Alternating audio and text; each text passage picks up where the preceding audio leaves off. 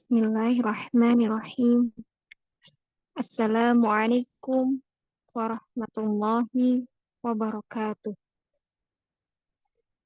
Alhamdulillah, segala puji bagi Allah yang telah memberikan kita nikmat iman, kesehatan, dan waktu sehingga kita bisa berkumpul di kajian malam hari ini. Salawat serta salam semoga senantiasa tercurahkan kepada Nabi Muhammad SAW, keluarganya, para sahabat, dan seluruh pengikutnya hingga akhir zaman.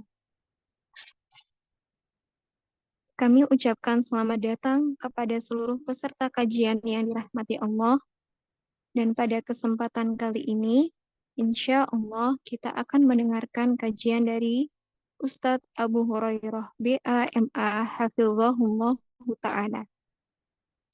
Beliau adalah pengajar di Pondok Pesantren Hamalatul Quran dan alumnus S1 S2 Ilmu Hadis dari Universitas Islam Madinah. Tema kajian kita hari ini adalah Syarah Umdatul Ahkam, penjelasan seputar hadis-hadis hukum pertemuan pertama. Semoga ilmu yang kita dapatkan bisa menambah keimanan, keistiqomahan, dan bermanfaat dalam kehidupan kita sehari-hari. Sebelum kajian dimulai, izinkan saya, Ainun Syanas Arumi, host kajian pada malam hari ini, menyampaikan beberapa peraturan agar kajian berjalan dengan lancar. Yang pertama, dimohon seluruh peserta untuk menonaktifkan kamera dan mikrofon selama kajian berlangsung. Yang kedua, jika ada pertanyaan, silahkan dituliskan di kolom chat. Insya Allah nanti di akhir kajian akan ada sesi tanya-jawab.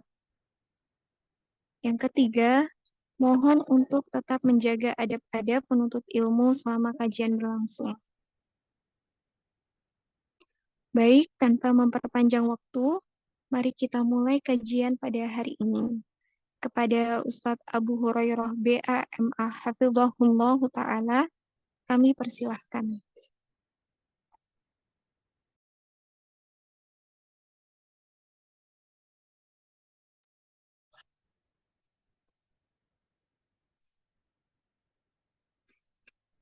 Bismillahirrahmanirrahim.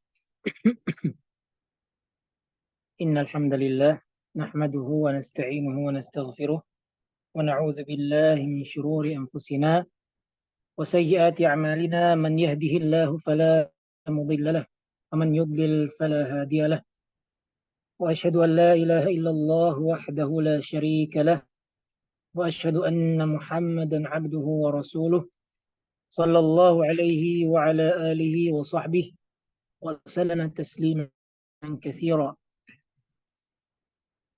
قال الله تعالى في كتابه الكريم يا أيها الذين آمنوا اتقوا الله حق تقاته ولا تموتن إلا وأنتم مسلمون وقال أيضا يا أيها الذين آمنوا اتقوا الله وقولوا قولا سديدا يصلح لكم أعمالكم ويغفر لكم ذنوبكم ومن يطع الله ورسوله فقد فاز فوزا عظيما أما بعد فإن أصدق الحديث كتاب الله خير الهدى هدى محمد صلى الله عليه وسلم شر الأمور محدثاتها وكل بدعة ضلالة. Segala puji kita panjatkan kehadirat Allah Subhanahu wa Ta'ala atas segala limpahan karunia-Nya kepada kita, nikmat, keberkahan, taufik, hidayah,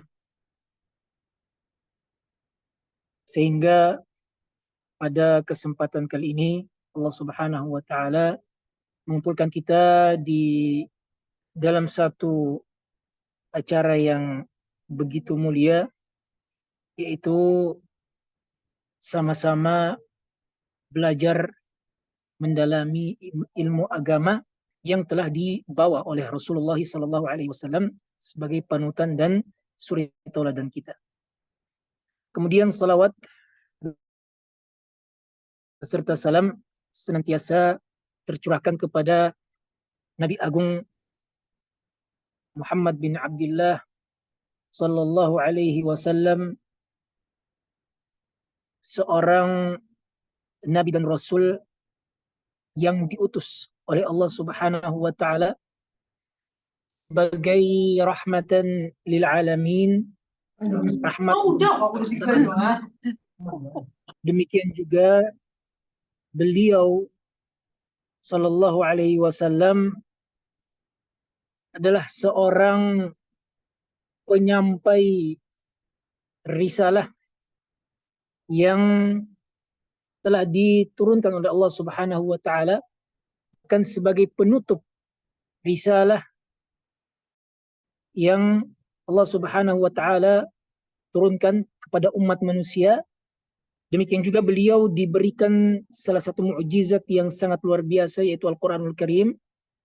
Demikian juga beliau sallallahu alaihi wasallam memiliki sunnah-sunnah, hadis-hadis yang dihafalkan dan disimpan, dicatat oleh sahabat dan generasi-generasi yang datang berikutnya, sampai pada hari ini kita semua alhamdulillah bisa membaca, mempelajari hadis-hadis Nabi Shallallahu Alaihi Wasallam yang telah diriwayatkan ribuan tahun yang lalu.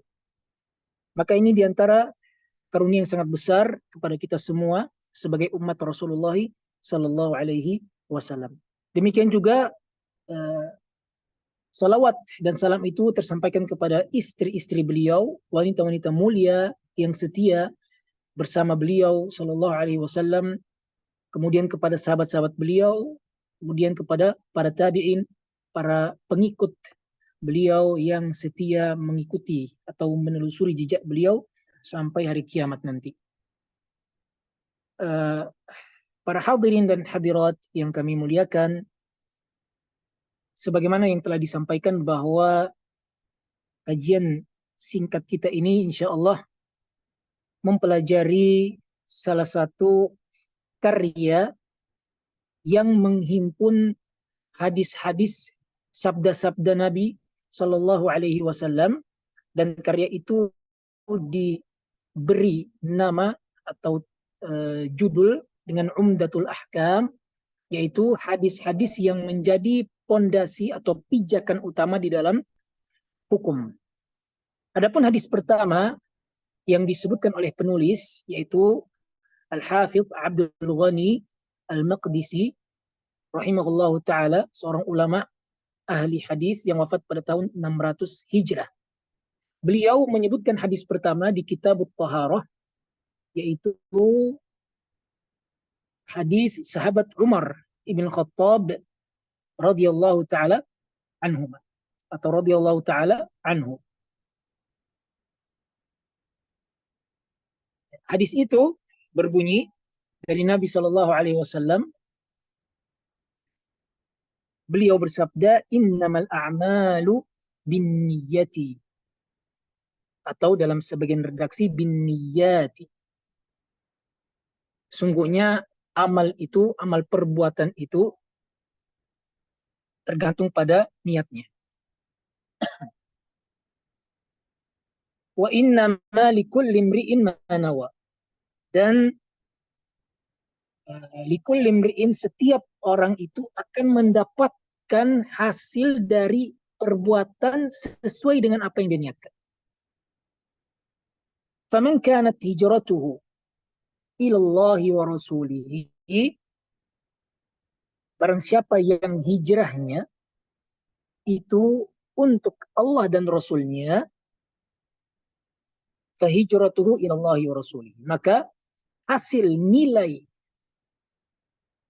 dari apa yang dia niatkan itu adalah hijrah untuk Allah dan Rasulnya, maka dia akan mendapatkan ganjaran. Wa man kanat hijratuhu lidunya yusibuha, dan barang siapa yang hijrahnya ini untuk dunia yang dia cari, aw imra'atin yatazawwajuha, atau hijrahnya ini karena seorang wanita yang dia ingin nikahi, fahijratuhu ila ma hajra ilaihi, maka nilai hijrahnya itu sesuai dengan apa yang dia niatkan. Hadis ini diriwayatkan oleh Imam Bukhari Muslim dalam kitab sahih mereka. Artinya hadis ini adalah hadis yang valid dari Nabi Shallallahu Alaihi Wasallam, dan validitas hadis ini disepakati oleh para ulama kredibel dalam dunia ilmu hadis.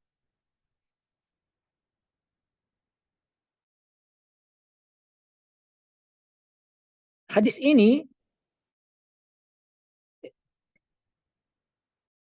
hadis yang sangat agung, bahkan sebagian ulama klasik seperti Imam Ahmad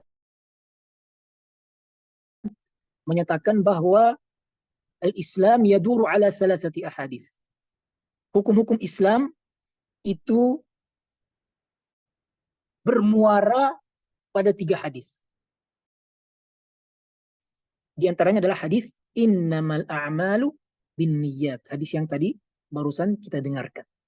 Kemudian yang kedua hadis Ibunda Aisyah. Ketika beliau meriwayatkan dari Nabi Shallallahu Alaihi Wasallam bahwa beliau bersabda, "Man ahdatsa fi amrina hadza ma laysa minhu fawarad." Kemudian yang ketiga adalah hadis Nu'man bin Bashir radhiyallahu anhu bahwa Nabi bersabda, "Al-halalu bayyinun wal haramu bayyin." Nah, maka yang menjadi poinnya apa? Hadis innamal a'malu binniyat ini hadis tentang niat. Ya, jadi hadis ini hadis yang populer dengan istilah hadis niat. Jadi para ulama kalau menyebutkan misalnya membahas suatu pembahasan kemudian mereka mengatakan dalilnya adalah hadis niat. Maksudnya adalah hadis Umar bin Khattab yang barusan kita dengarkan. Kemudian hadis ini juga disebutkan pertama kali di dalam karya yang sangat luar biasa, yaitu Sahihul Bukhari. Demikian juga penulis buku ini, Umdatul Ahkam, menjadikannya atau membuka kitab beliau dengan hadis ini. Padahal beliau menuliskan apa? Kitabut Thaharah, kitab yang menerangkan tentang hukum-hukum taharah, bersuci. Namun beliau memulainya dengan hadis menunjukkan luar biasanya kandungan-kandungan yang ada atau terdapat pada hadis niat ini. Sampai-sampai sebagian ulama menjadikannya hadis pertama sebelum masuk kepada hadis pembahasan tentang hukum-hukum yang lainnya. Dan ini juga menjadi sebuah peringatan kepada kita bahwa urusan niat itu adalah urusan yang utama. Seseorang tidak mungkin beramal tanpa ada niat, dan niat itu akan dilihat oleh Allah Subhanahu wa taala. Apa yang dia inginkan dari amalannya, apa tujuan utama dia. Nah, ini membuktikan bahwa hadis ini memang hadis yang sangat agung, merupakan hadis yang utama untuk disebutkan di para ulama. Maka mari kita coba untuk mengkaji hadis ini secara perlahan, insya Allah, dan mengambil beberapa faedah yang bisa kita petik, insya Allah Ta'ala, dari hadis tersebut.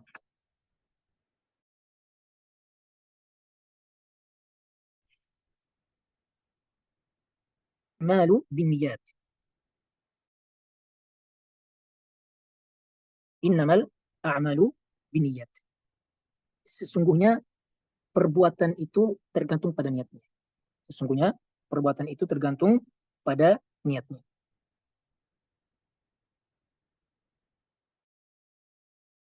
Wa innama likulli imri'in ma nawa. Dan masing-masing dari kita ini akan mendapatkan, memperoleh hasil dengan niatnya. Pembahasan tentang niat ini para ulama membaginya menjadi dua. Membaginya menjadi dua sesuai dengan redaksi hadis ini. Yang pertama kata Nabi, innamal a'malu binniyat. Yang kedua kata Nabi, wa innama likulli imri'in ma nawa. Sesungguhnya perbuatan itu tergantung niatnya. Kemudian kata Nabi, penggalan yang kedua, dan masing-masing dari kita akan memperoleh sesuai dengan niat perbuatan yang telah dia lakukan. Pertama, di antara pembahasan niat ini, sebagaimana yang tadi disampaikan di awal, dibagi menjadi dua. Yang pertama, terkait dengan niyatul amal. Niyatul amal, yaitu niat perbuatannya itu untuk apa? Niat perbuatan itu untuk apa? Nah, ini nanti masuknya pada ruang fikih. Misalnya kita sholat. Sholat ini kita niatkan untuk sholat apa? Apakah sholat fardu, atau sholat sunnah, atau yang lainnya. Nah, kemudian yang kedua, niyatul ma'muli lahu, yaitu niat yang diperuntukkan untuk siapa. Jadi amalan ini kita peruntukkan untuk siapa? Kita peruntukkan kepada siapa? Kepada Allah, yang nanti di situ masuk atau menjadi ruangnya ulama-ulama akidah dan tauhid yang membahasnya. Karena itu kaitannya dengan ikhlas. Nah, maka dua cabang pembahasan ini masuk pada apa? Pada hadis niat.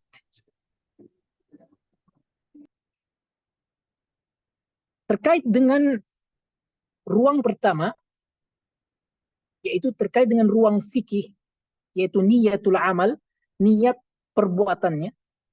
Nah, maka ini bisa kita bagi juga menjadi dua. Yang pertama itu bahwasanya niat ini tumayyizul ibadat ba'dhiha an ba'dhin. Niat itu bisa membedakan ibadah satu sama lainnya. Niat itu bisa membedakan ibadah satu sama lainnya. Misalnya, seorang yang berpuasa. Nah, puasanya ini untuk puasa apa? Puasa sunnah, atau puasa wajib, puasa nazar, atau yang lainnya. Maka ini apa? Niatlah yang menjadi apa? Niatlah yang memiliki peran untuk membedakan perbuatan tersebut atau puasa-puasa tersebut. Apakah puasa A atau puasa B atau puasa C? Sama juga kasusnya dengan ibadah salat kita. Niatlah yang berperan untuk membedakan salat-salat kita ini. Apakah itu salat fardu? Kalau salat fardu apa? Karena salat fardu ini ada 5. Dan terkadang salat fardu ada yang bisa dilakukan dalam satu waktu. Nanti kasusnya di salat jamak. Tentunya dengan syarat-syarat yang berlaku. Nah, maka apa? Niatlah yang berperan di situ. Nah, ini yang pertama. Jadi niat itu apa? Terkait dengan hukum fikih, maka dia bisa membedakan antara satu ibadah dengan ibadah yang lainnya. Baik. Kemudian yang kedua, niat itu juga memiliki apa? Peran membedakan antara ibadah dengan perbuatan yang biasa kita lakukan. Artinya ada tradisi atau kebiasaan kita. Misalnya Gitu Mak munculnya. tidur nih. Lanjut apa? Misalnya tidur. Mohon maaf, ada yang terbuka mikrofonnya ya. Misalnya tidur ya. Ini kan kebiasaan kita ya, rutinitas sehari-hari kita lah tidur. Tidak ada orang yang nggak tidur. Namun dengan niat, tidur ini bisa menjadi atau bernilai ibadah. Bayangkan, dengan niat, tidur itu bisa bernilai ibadah. Jadi niat ini memiliki peran besar. Mengubah status perbuatan yang itu menjadi rutinitas kebiasaan kita sehari-hari bisa menjadi apa? Bisa menjadi atau bisa bernilai ibadah. Nah, itu dengan apa? Dengan niat. Orang yang tidur, orang yang berolahraga misalnya, olahraganya itu apa dia niatkan agar tubuhnya makin sehat, makin fit, sehingga semakin kuat dia untuk beribadah. Demikian juga orang yang tidur. Kalau dia niatkan dengan tidurnya itu agar dia cepat bangun malam misalnya, lebih mudah untuk bangun malam, sehingga dia tidur apa? Lebih awal, sehingga bisa bangun tengah malam, melaksanakan sholat tahajud misalnya. Maka ini niat yang akan bernilai ibadah, meskipun perbuatannya itu adalah perbuatan yang biasa kita lakukan, rutinitas, bukan bagian dari sebuah ibadah pada dasarnya. Tapi dengan adanya niat ini, maka dia memiliki peran besar mengubah status perbuatan yang itu sifatnya kebiasaan kita menjadi apa? Bernilai ibadah. Nah, maka ini dua hal yang harus diperhatikan terkait dengan hukum fikih. Yang dimana masuk pada ruang pertama itu niyatul amal. Niat amalannya, perbuatannya. Yang pertama tadi apa? Membedakan antara ibadah satu dengan ibadah yang lainnya. Kemudian yang kedua, menjadikan ya, atau membedakan antara ibadah dengan kebiasaan. Terkadang kebiasaan itu bisa berubah menjadi ibadah jika memang ada niat di situ. Kemudian ruang yang kedua yaitu niyatul ma'muli lahu. Ya, kalau ruang pertama tadi ini adalah ruangnya para ulama fikih, adapun ruang kedua ini adalah ruangnya ulama akidah, tauhid, yaitu niyatul ma'muli lahu. Ini perbuatannya ya, Anda niatkan untuk siapa? Ya, karena tidak kita pungkiri yang namanya setan itu bermain dalam niat kita. Kadang kita melakukan sebuah amal soleh, ternyata apa? Setelah dikorek-korek, oh niatnya kok tidak untuk Allah, ternyata niatnya untuk apa? Pamer lah, untuk mencari popularitas atau yang selainnya, untuk agar terlihat menjadi seorang yang masya Allah soleh, yang luar biasa, terpandang dan yang lainnya, agar lebih terkenal sebagai seorang ahli ibadah, seorang ahli sedekah, ahli haji, ahli. Nah, ini semuanya apa? Niat-niat yang tidak benar. Artinya perbuatan dia tidak ditujukan untuk apa? Untuk Allah Subhanahu wa taala. Makanya para hadirin dan hadirat yang berbahagia, golongan pertama kali diseret ke api neraka itu bukan kaum musyrikin, bukan orang-orang kafir. Kata Nabi SAW sebagaimana dalam riwayat Muslim, bahwa orang yang pertama kali dikirim atau dilemparkan, diseret ke api neraka itu adalah pertama, seorang qari, ahli Al-Quran, atau seorang alim. Ditanya sama Allah nanti, Fima qara'ta, kau baca Quran itu untuk siapa sih? Kata dia apa? Fika ya Rabb, untukmu wahai Allah. Kemudian apa kata Allah? Kadzabta, kau bohong. Beraninya berbohong di hadapan Allah. Nanti di hari kiamat Allah akan bongkar dia. Niat busuknya itu akan dibongkar. Kata Allah, kadzabta, kau dusta. Kemudian taqulul malaikatu kadzabta. Demikian juga para malaikat mendustakan jawaban hamba tadi.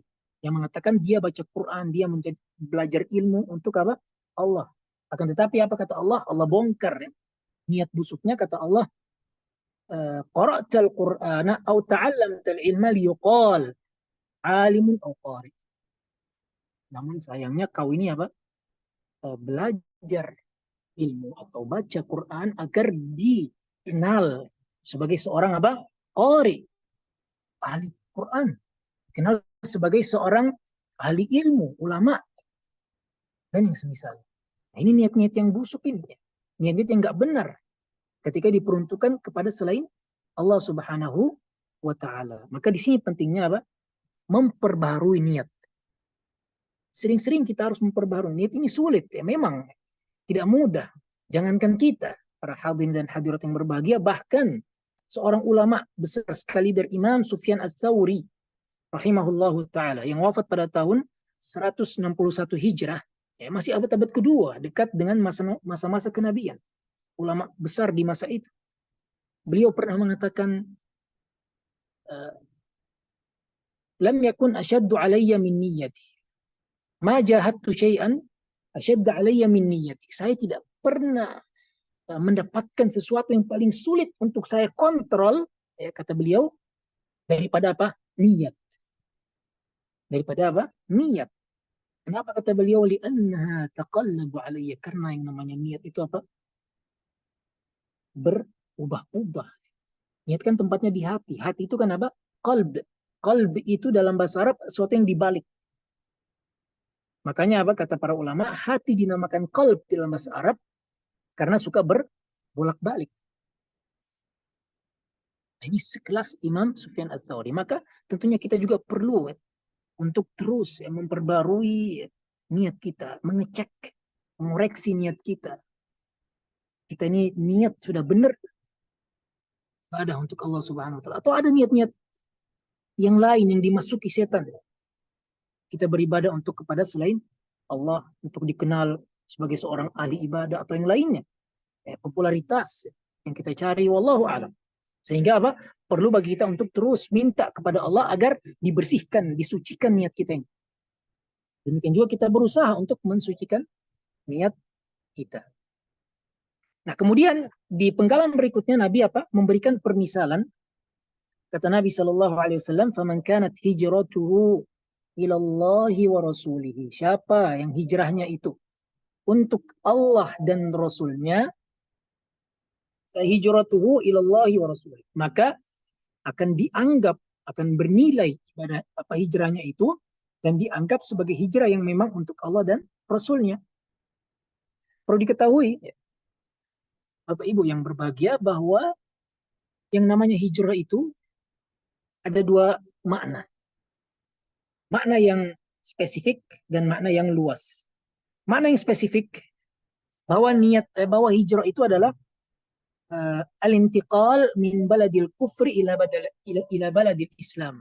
Berpindah dari tempat non muslim kepada tempat kaum muslimin, atau kepada negeri kaum muslimin. Ini namanya hijrah yang maknanya spesifik. Artinya ketika hijrah itu disebutkan di hadis-hadis Nabi, di ayat-ayat Al-Quran, maka maksudnya apa? Langsung kepada makna yang pertama, yaitu berpindah dari negeri kafir kepada negeri Islam. Dan ini umumnya ayat-ayat dan hadis adalah menyinggung terkait dengan hijrah yang pertama. Kemudian hijrah yang kedua maknanya lebih luas, yaitu sebagaimana kata Nabi SAW, wal muhajiru man hajara ma nahallahu anhu.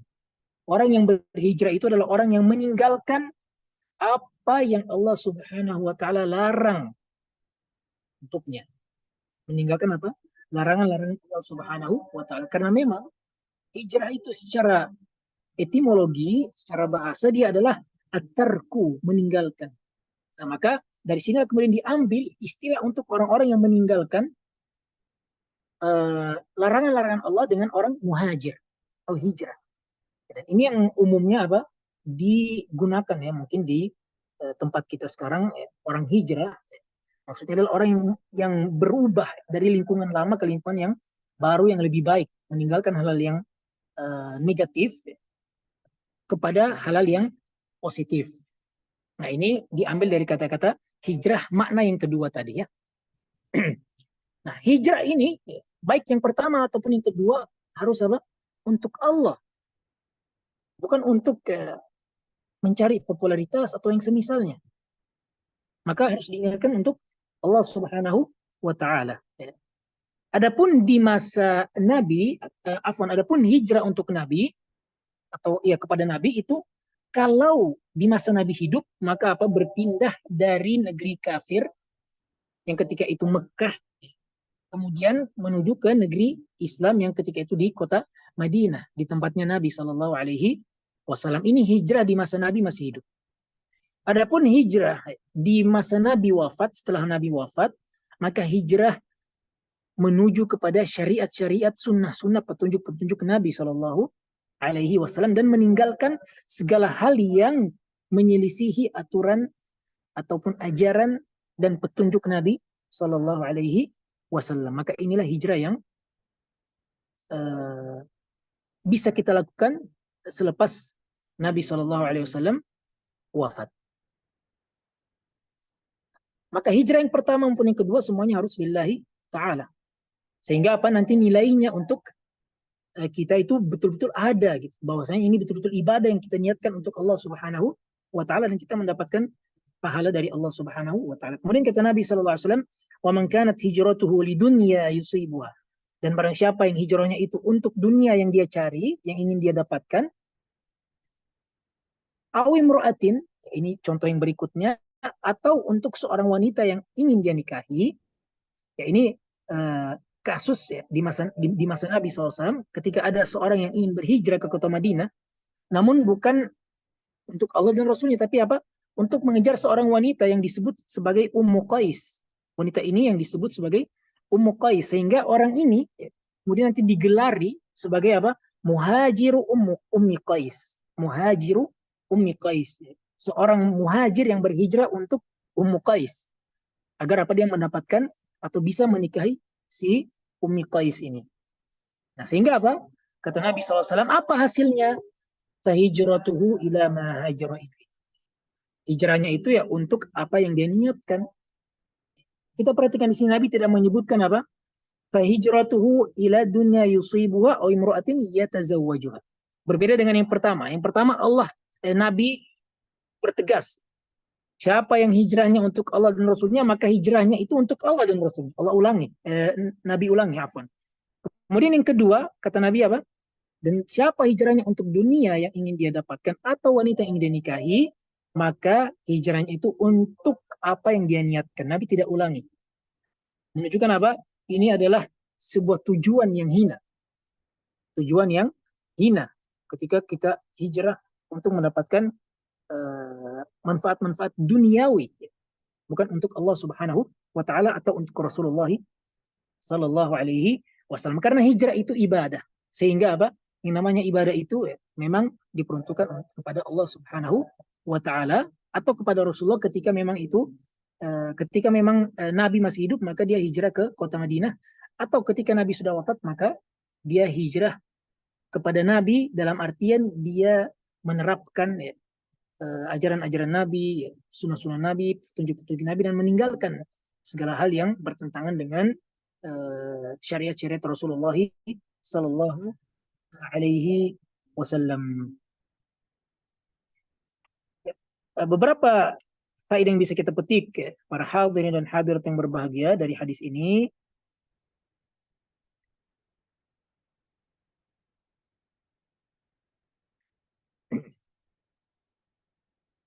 Ya, yang pertama bahwa hadis ini merupakan hadis yang agung, bahkan merupakan pijakan utama di dalam fikih maupun akidah. Karena tadi saya sudah sebutkan hadis ini memiliki dua cabang pembahasan. Yang pertama terkait masalah fikih, yang kedua terkait dengan masalah akidah. Yang kedua juga bahwa hadis ini menjadi penentu hasil dari apa? Niat seseorang. Hadis ini yang bisa kita petik dari hadis ini bahwa niat seorang itu menjadi penentu hasil yang akan dia dapatkan nantinya. Berdasarkan sabda Nabi SAW, "Likulli imri'in ma nawa." Setiap orang akan mendapatkan apa yang dia niatkan.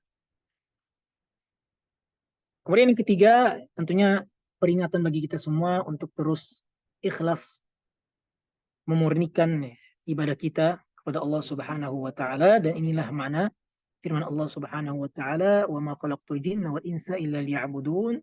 Tidaklah aku ciptakan jin dan manusia kecuali untuk ibadah kepadaku, yaitu mengesahkanku. Jadi ibadah itu murni untuk Allah Subhanahu wa taala. Sebagaimana kita ini adalah hamba Allah. Hamba Allah. Artinya kita memang betul-betul menjadi hamba Allah, membudakkan diri kepada Allah Subhanahu wa taala. Kemudian yang berikut yang bisa kita petik dari hadis ini, husnul ta'limin Nabi sallallahu alaihi wasallam. Nabi sallallahu alaihi wasallam, metode beliau dalam menyampaikan sabda beliau itu sangat bagus, sangat apik, di mana beliau memberikan klasifikasi niat itu. Jadi niat itu tidak sama, tidak satu, sehingga beliau pisahkan, ini niat yang baik yang mendapatkan hasil yang baik pula, dan ini niat yang buruk yang akan mendapatkan hasil sesuai apa yang dia niatkan.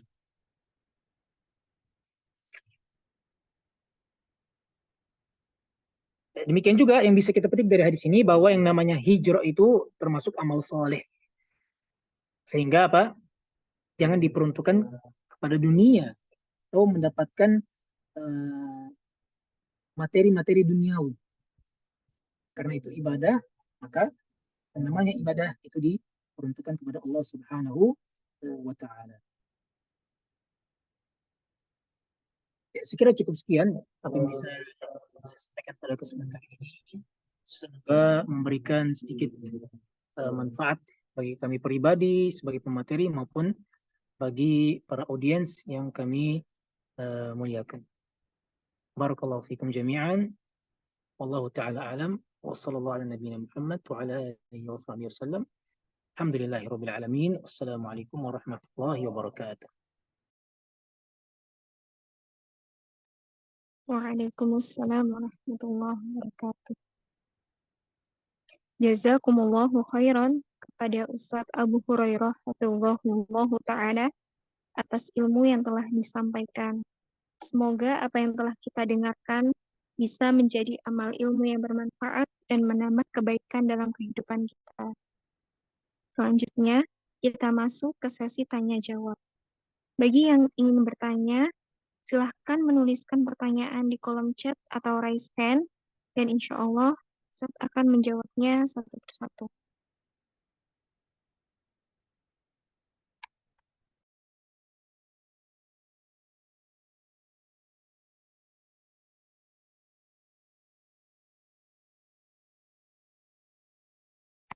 Baik Ustadz, izin membacakan pertanyaan yang sudah masuk di nomor Ana pribadi, nomor WhatsApp Ana, ada yang menitip pertanyaan. Bismillah, Assalamualaikum warahmatullahi wabarakatuh. Ustadz, izin bertanya mengenai hijrah. Apabila terlanjur menjalani atau memutuskan berhijrah ketika muda dulu untuk dunia atau mendapatkan pasangan, apa yang harus kami lakukan? Jika bertaubat, apakah taubat kami nanti diterima? Jazakumullahu khairan.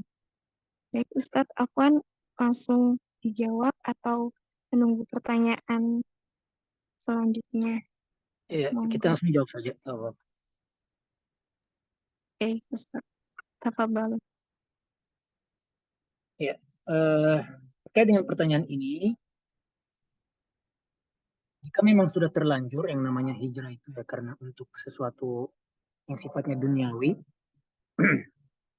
ya, maka tentunya kita bertaubat dan taubat akan diterima oleh Allah Subhanahu wa taala. Karena di antara nama-nama Allah Subhanahu wa taala adalah Tawwab, zat yang maha menerima taubat. Demikian juga Nabi SAW menjelaskan bahwa taubat itu tahdimu ma qablahu, akan menggugurkan segala keburukan yang dilakukan sebelum taubat. Jangankan ya, hijrah yang seperti ini ya, para hadirin yang berbahagia, bahkan kemusyrikan, kekufuran. Kalau seorang itu taubat dari kekufuran, kemusyrikan, itu akan diterima oleh Allah Subhanahu wa taala taubatnya, dan Allah akan ampuni dosa-dosanya yang telah lewat. Allah akan gugurkan semuanya. Nabi SAW bersabda, Al-Islamu yahdimu ma qablahu. Islam itu akan menggugurkan semua dosa yang telah dilakukan sebelum masa-masa keislaman seseorang. Sehingga taubat itu wajib atau harus dilakukan jika memang kita merasa sudah melakukan sesuatu yang keliru atau yang salah dalam pandangan syariat, maka kita segera bertobat, dan tentunya Allah Subhanahu wa taala akan menerima tobat kita jika memang kita jujur, tulus di dalam bertobat itu. Dan syarat-syarat tobat saya kira sudah dimaklumi. Wallahu taala alam.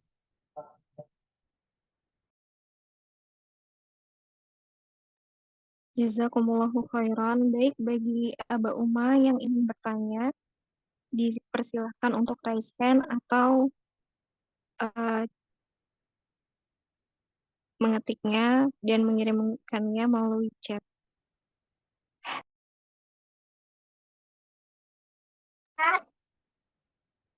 Bu.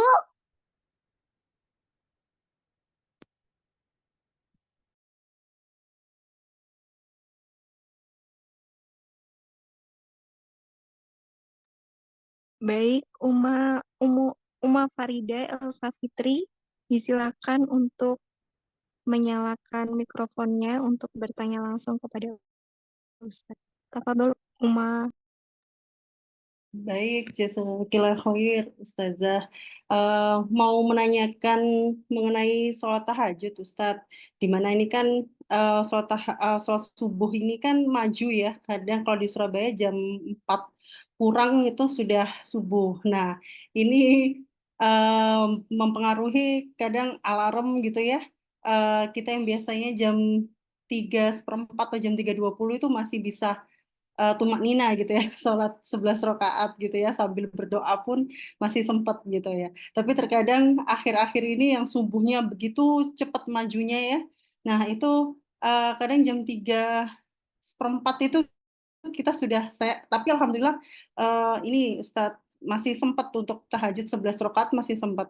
Cuman untuk berdoa Ustadz, nah itu yang kadang nggak sempat gitu ya. Nah itu apakah dengan adanya kita sudah niat sholat tahajud 11 rakaat, tapi kadang berdoa aja nggak sempat atau bahkan berdoa itu ya agak singkat-singkat gitu ya supaya keburu azan subuh begitu. Nah itu apakah doa kita diterima atau kalaupun misalnya kita nggak sempat berdoa itu apakah insya Allah ya semoga Bismillah apakah diterima atau bagaimana ya Ustadz begitu. Terima kasih itu saja jazakallah khair. Naam, Jazakumullah baik. khairan Mbak Ustaz. Ya, terkait dengan doa, ya.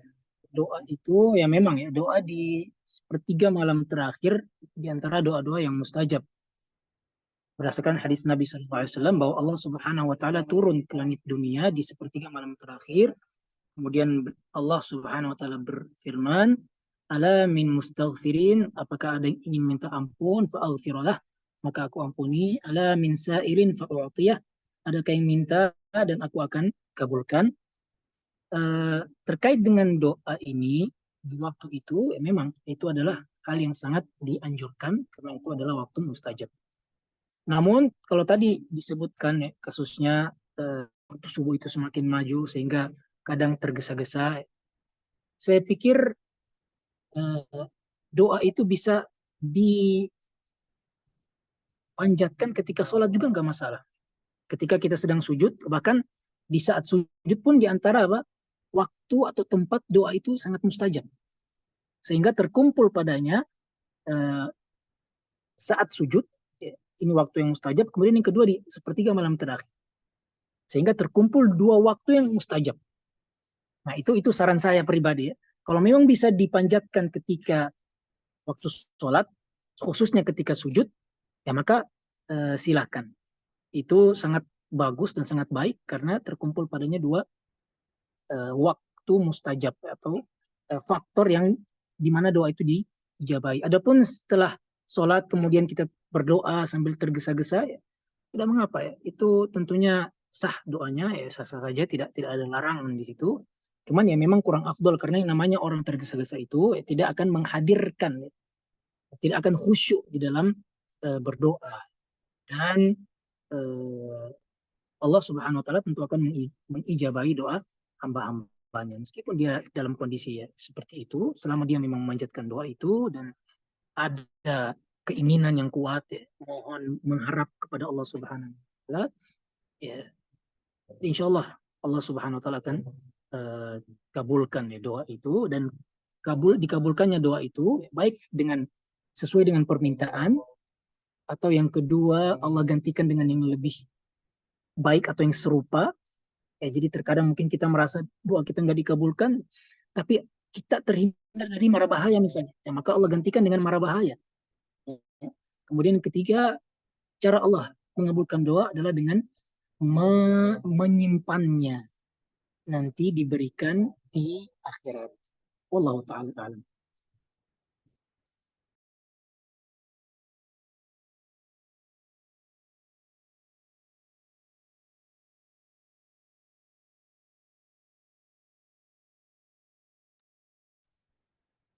Baik, ini ada pertanyaan yang masuk lagi Ustadz melalui WhatsApp. Bismillah, izin bertanya, apakah jika kita memberi sedekah kepada seseorang karena kasihan, apakah tidak terhitung niat karena Allah? Jazakumullah khairan.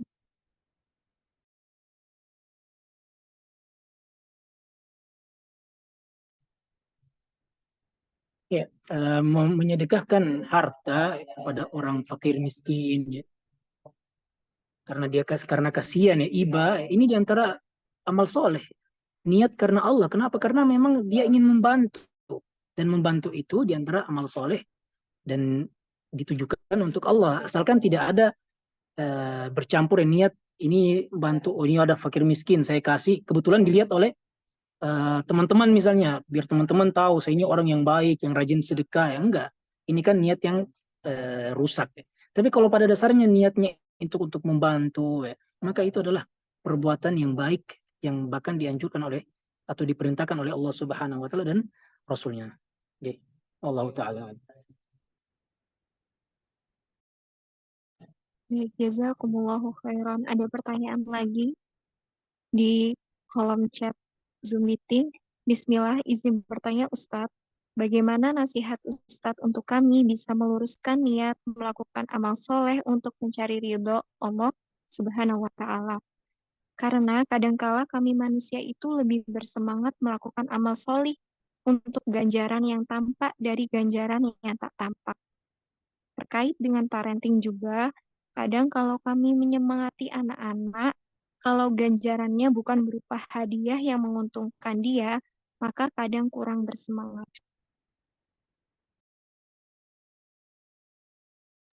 Ya, ya memang tidak mudah ya, bukan cuma saya yang butuh nasihat, bukan cuma bapak ibu yang butuh nasihat, tapi kami juga ya. Karena yang namanya hati itu berbolak-balik dan mengontrolnya itu tidak mudah. Kami juga membutuhkan yang namanya nasihat, ujangan ya, dari eh, kawan-kawan, ya, dari teman-teman, orang-orang soleh, sehingga sama-sama kita berusaha dan berupaya untuk mengontrol niat kita ini agar tetap di atas jalan sesuai dengan niat yang baik. Dan tentunya ya di antara pesan saya, ingat darul akhirah, ingat kampung akhirat, itu saja. Kemudian yang kedua, tentunya ingat bahwa segala tindak tanduk kita ini eh, terekam, terekam. Ada yang mencatatnya dan ada yang mengawasinya. Jadi dengan begitu, mudah-mudahan itu salah satu cara agar kita lebih bisa mengontrol niat kita, tidak ke sana dan tidak ke sini.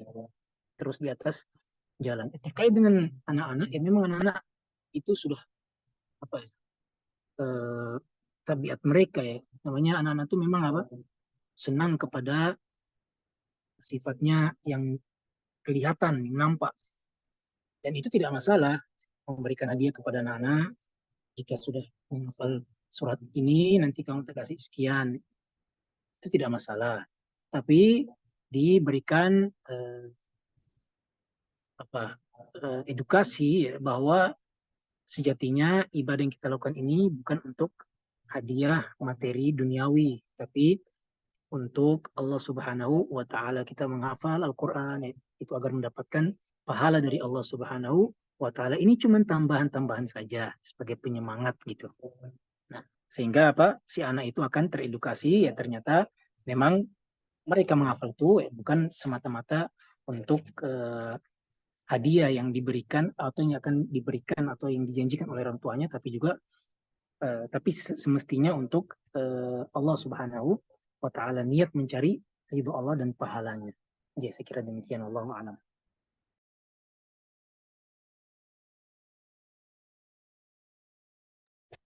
Insyaallah, jazakumullahu khairan Ustaz. Baik, Abu Umar, bagi yang bertanya, silahkan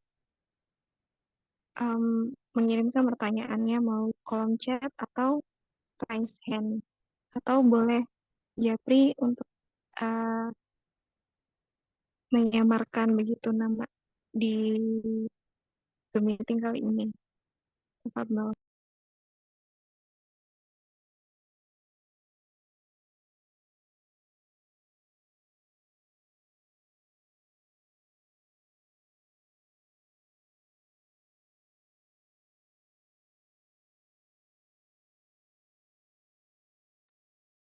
Saya mohon maaf, mungkin pertanyaan tadi pertanyaan terakhir, Nje, karena juga ada kegiatan, sehingga mungkin dicukupkan sekian. Jazakumullah khairan. Baik, alhamdulillah kita sudah berada di penghujung acara. Jazakumullah khairan kepada Ustadz Abu Hurairah hafizahullah ta'ala dan seluruh yang sudah hadir dalam kajian hari ini. Semoga apa yang kita pelajari hari ini diberkahi oleh Allah Subhanahu wa Ta'ala dan menjadi amal kebaikan di dunia maupun akhirat. Sebelum kita akhiri, mari kita tutup dengan doa kafaratul majelis. Subhanakallahumma wa bihamdika asyhadu an la ilaha illa anta astaghfiruka wa atubu ilaik. Assalamualaikum warahmatullahi wabarakatuh. Jazakumullah khairan Ustaz dan Ummahat.